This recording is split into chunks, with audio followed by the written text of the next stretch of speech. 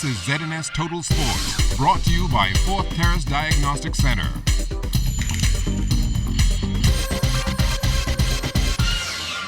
Good evening, Bahamas. I'm Kelsey Johnson. Welcome to Sports Tuesday. The countdown is on. In a couple of weeks, all eyes will be on the Bahamas. The FIFA Beach Soccer World Cup will bring the top teams from around the world and their fans to our shores. With thousands getting ready to see the Bahamas for the gem it is, the Malcolm Beach Soccer Facility was transformed into a world-class arena for the April 27th kickoff, which is 30 days away. Well, those of you who were here last month would have seen the dressing of the stadium, and it was quite impressive, as what we were told. People really enjoyed it. The pageantry for the World Cup will be distinctly different, and I believe again you will see the elements of our Bahamian culture very clearly reflected in that pageantry. And again, those of you who were here would see when you walk in the stadium, it will not look anything like it. So the entire pageantry, the entire dressing, from the fan zone to the exterior fences to the actual dressing of the actual physical stadium structure, is going to be completely different. And then at that time, you'll also see all the flags of all the partners, all the country members of FIFA, along with which would include the countries playing in the actual event.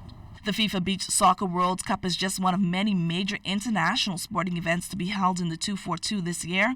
The World Cup will come on the heels of the IAAF World Relays Bahamas that will be held April 22nd and 23rd at the National Thomas A. Robinson Stadium.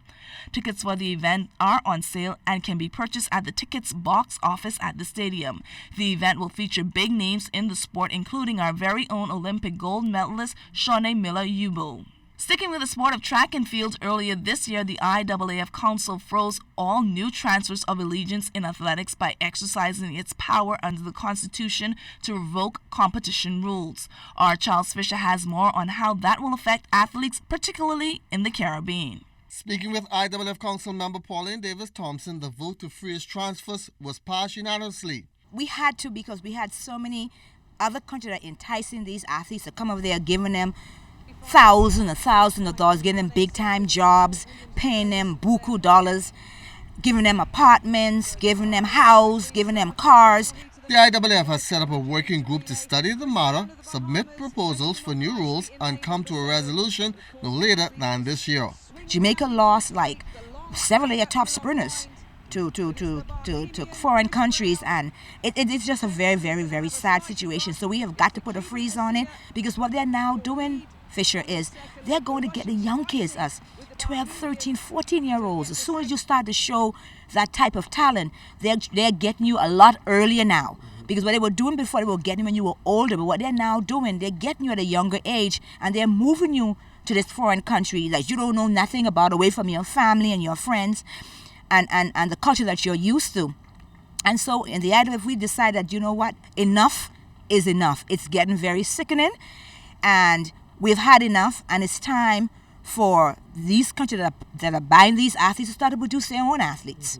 Lots of the individual athletes concerned, many of whom are transferred at a young age, do not understand that they are forfeiting their nationality and don't think Bahamian athletes have not been approached before. I was offered a condo paid for, car paid for, X amount of dollars every month for the rest of my life, but I'm a Bahamian first, and when it first happened to me, I just was like in shock at first. I was like, huh?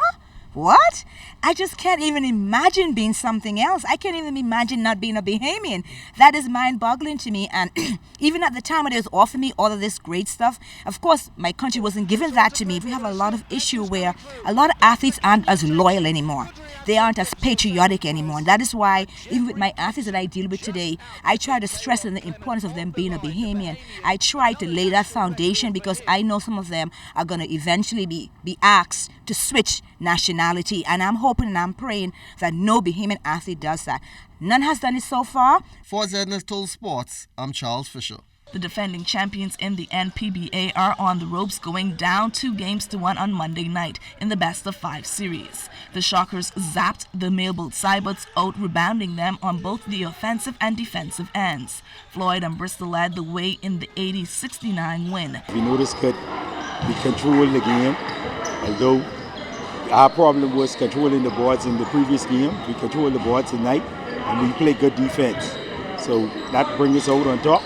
We just now hoping to do the same thing on Wednesday, and we'll be okay. It'll take us where we need to go. That's all the time we have for sports. I'm Kelsey Johnson.